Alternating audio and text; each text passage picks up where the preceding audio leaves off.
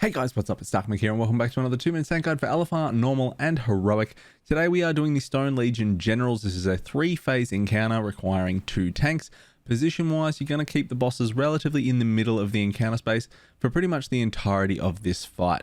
So phase 1, you're going to be fighting General Carl, and your only job as the tanks in this phase is to pretty much taunt swap on 3 to 4 stacks of the Serrated Tear.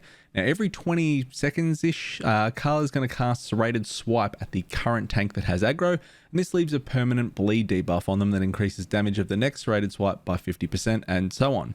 So the way you get rid of this is by standing in the Stonebreaker combo. This is a random non-tank player that will get targeted. They'll have a big circle around them that's 8 yards. It's called Crystallize, and what's going to happen is they're going to run it near the group. After 5 seconds, that's going to go off and it's going to trigger a crystalline burst. What you want to do is you want to make sure that you are in that for when that explodes. This will stun anyone within that circle for 4 seconds and it will remove any bleed debuffs you have. So 3 to 4 stacks of Serrated Tear. The combo comes up with Crystallize. You stand in the circle, you get stunned, the debuff gets removed, the other tank taunts off. There you go. When you are not tanking Carl, just make sure you're picking up any of the ads that are spawning. Bring them on top. They don't do anything really special for you to worry about as a tank. Just keep them there so they can be cleaved down. That's about it. Phase 2, you'll now be fighting General Grisha. And your job in this phase is to taunt swap after each Stone Fist is cast by Grisha. It does a knockback, so just be aware of your positioning if you're near the edge for some reason.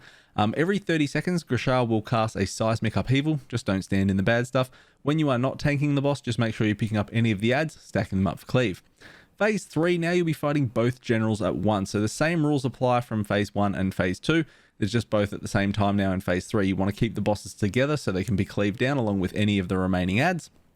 And you still need to manage your taunt swaps on the Serrated Tear debuff via the Stonebreaker combo, same way you're doing in phase 1. And continue to taunt swap after each Stone Fist ability to make sure no tank gets one-shot by having multiple stacks of that on them. The good news is, retanking this fight from normal to heroic, your tank responsibilities stay pretty much the same. The raid will be dealing with a few more mechanics, generally don't affect the tanks.